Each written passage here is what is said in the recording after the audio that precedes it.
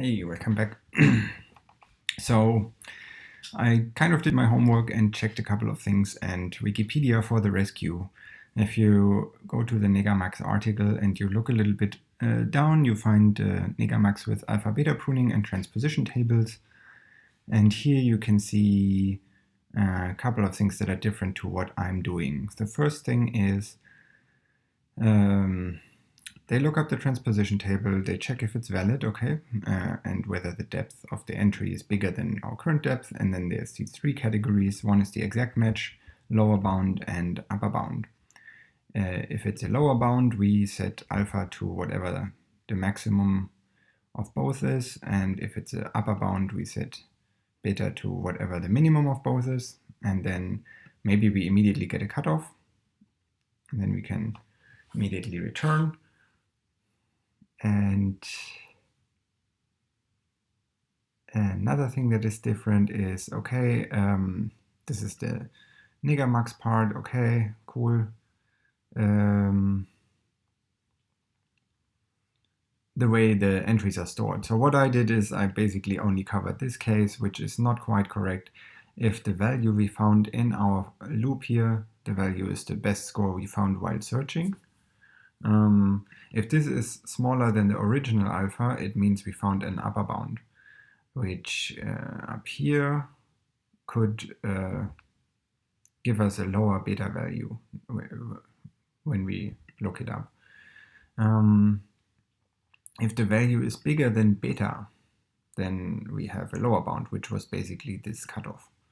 And else it was an exact match, so we searched everything. And then, yeah, so let's implement these parts. So, okay, we first need to store our original alpha.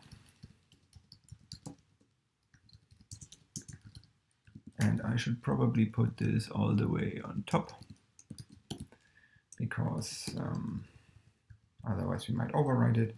And here is if best score, we set smaller equal original alpha.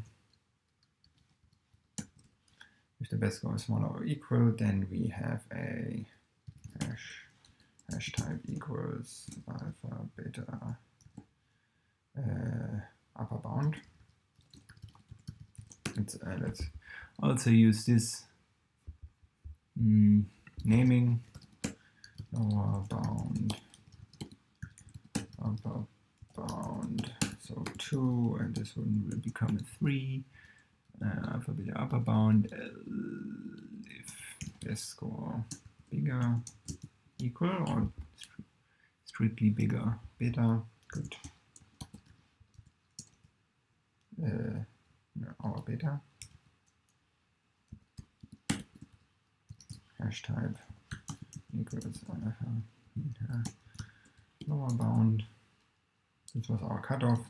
Else hash type equals alpha beta exact match.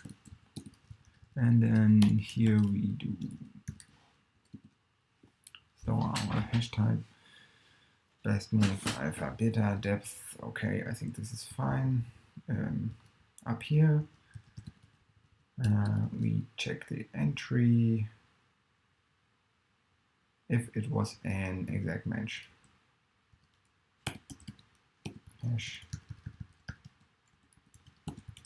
Hash exact. We return our hash move, our alpha, and the principal variations, our hash move. If this was also as an else condition, right? So one second here. The depth condition is on the outside. Okay,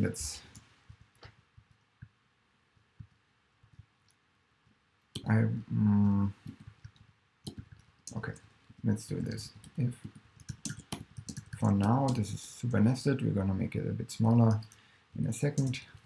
Alpha beta, and we check lower bound, upper bound, lower bound, alpha maximum, upper bound, lower. So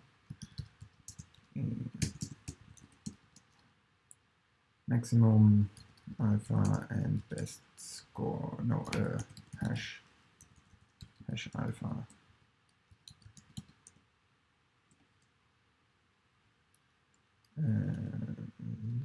This can be an else. Na gut. Maybe we avoid some error. Upper bound. Beta equals mean. Beta hash alpha. Because this is the value that we would have returned if alpha bigger equal beta, then we also return, and this is a proper hash cut off. Okay. Let's leave this for now. One thing I want to still do is no matter what depth or whatever we found in this entry, we want to keep this hash move, because this is the move that we will take first in our iteration board. And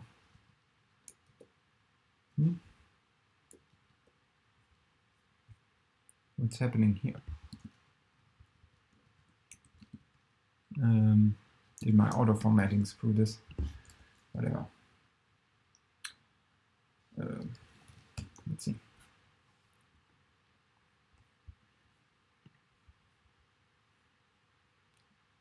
Quite curious. This is still going to take quite long because this is a big board. And yeah, we have one exact match.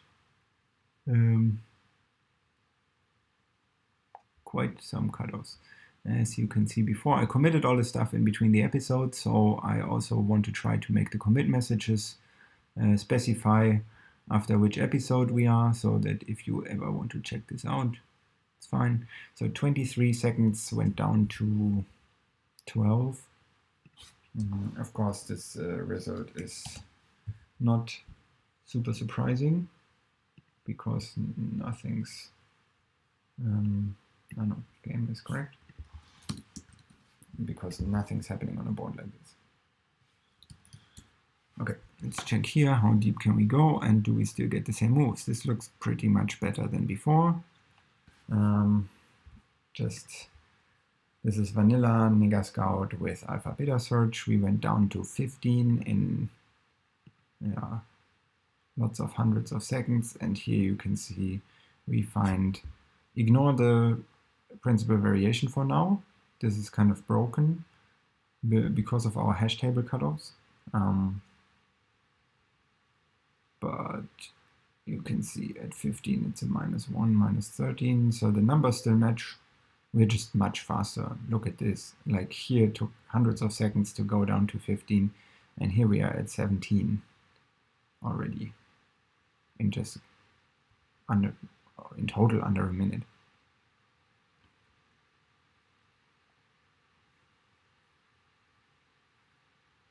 I wonder if this game is actually winnable, because I mean, okay, as a human you will probably always lose this against the machine, but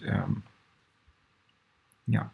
Okay, this looks pretty nice. I'm gonna copy this so that we can see if anything else we do further improves this. So one other thing I think would be good to do is, okay, we know we found an entry. The entry might not have been the correct depth, but if we found a hash move, I actually want to make this move first. For this, I need to check if I should copy this code or not.